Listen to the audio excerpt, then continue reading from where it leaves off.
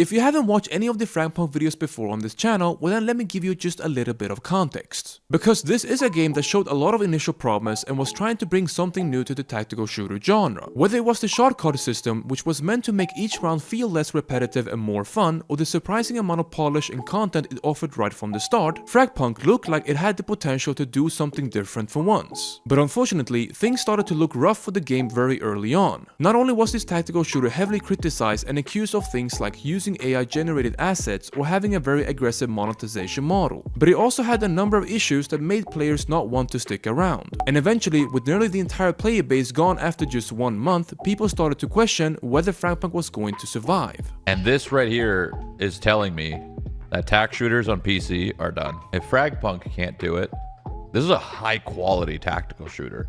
Probably the highest quality tactical shooter we've gotten since Valorant. But many of you have actually been waiting for FragPunk to release on Xbox and PlayStation consoles, and finally you're not gonna have to wait any longer. Because FragPunk is now looking to make a potential comeback with Season 1 Chapter 2 on April 29th, which includes a few changes and improvements to all gameplay modes including arcade. But they're also finally releasing the game on consoles with cross-platform and cross-progression enabled, and now they're looking to step in the right direction and hoping to see a resurgence in the player base. And with that said, in this video, I'm just gonna try and highlight some of the things and improvements coming in Season 1 Chapter 2 so that you can decide for yourself if this update is enough for you as a returning player, or if you're just a new player looking to play the game for the first time. With Season 1 Chapter 2 comes a lot of changes that I find to be very healthy for the game overall. They're adding new events, a fresh battle pass, and more cosmetic features that give players new ways to progress. There will be 17 new shard cards, along with updates to arcade modes like Outbreak Infestation, where both survivors and parasites will now have their own unique card builds. New arcade modes are also being introduced, including Classic Clash, which removes shard cards entirely, and a headshot only mode. Every shard card will now be unlocked by default in Chapter 2, so you won't have to grind to unlock more like you did before. They're aiming to redesign FragPunk's overall user experience, making it more streamlined and easy to navigate through the menus. They're also adding a new Lancer to the roster, with rumors suggesting that it's going to be a hero focused on aggressive abilities. And finally, they have also mentioned that they're looking to improve the overall gameplay experience, like hit markers and other things. But arguably the best news for FragPunk in terms of its health and overall longevity is the console launch. I came across a really interesting comment under a FragPunk gameplay trailer. It suggested that the publisher, NetEase, previously tried to target the PC audience for FragPunk, when in reality, the game's true audience might actually be console players. You can see this by looking at the comments under various FragPunk videos where console players are still eagerly waiting to get their hands on the game. And even from a fundamental gameplay standpoint, it makes sense. I believe FragPunk is a game that is much easier for beginners to pick up, compared to other tactical shooters like Valorant or Counter-Strike 2, simply because of the gun mechanics and the ability to be flexible with your movement while shooting. So if you are someone looking to play a new game in this genre that feels a little different from the rest and you're mainly a console player, then I truly think now is the best time to check out FragPunk on console. I strongly believe that the majority of FragPunk's player base will eventually come from console audience, and I expect many of you to have a lot of fun playing the game for the first time. So while I do think FragPunk is taking a step in the right direction, especially with the new content and the potential to draw in a larger number of players from the console release,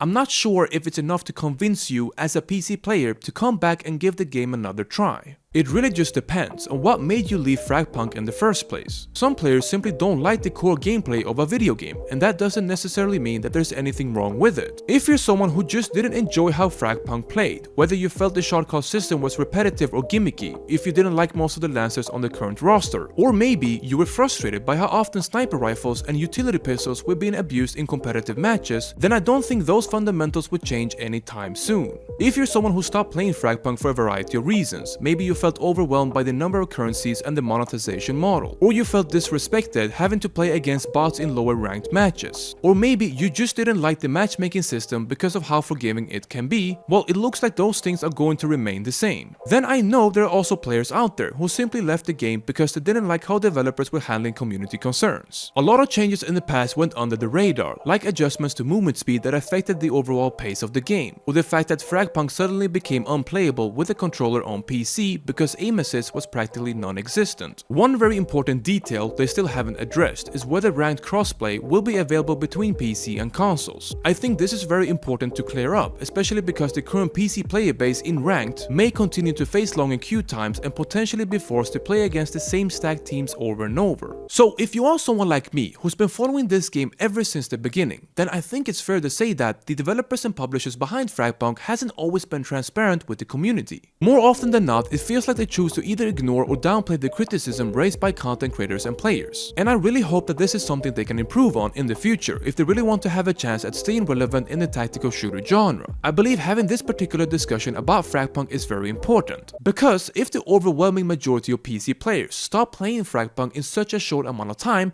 well then couldn't the same thing happen to the console audience too? Either way, if you're thinking about playing this game for the first time, especially if you're coming from console, well then there are definitely some new things to look forward to. For now, I think it's a pretty good update overall, and it does seem like they're heading in the right direction. Personally, I'm not entirely convinced that this update is enough to bring back all those players that left, but who knows, I could be wrong, and maybe you guys can let me know in the comment section below. If you want to see more similar content, then make sure to subscribe to the channel, and as always, thank you guys for watching the video.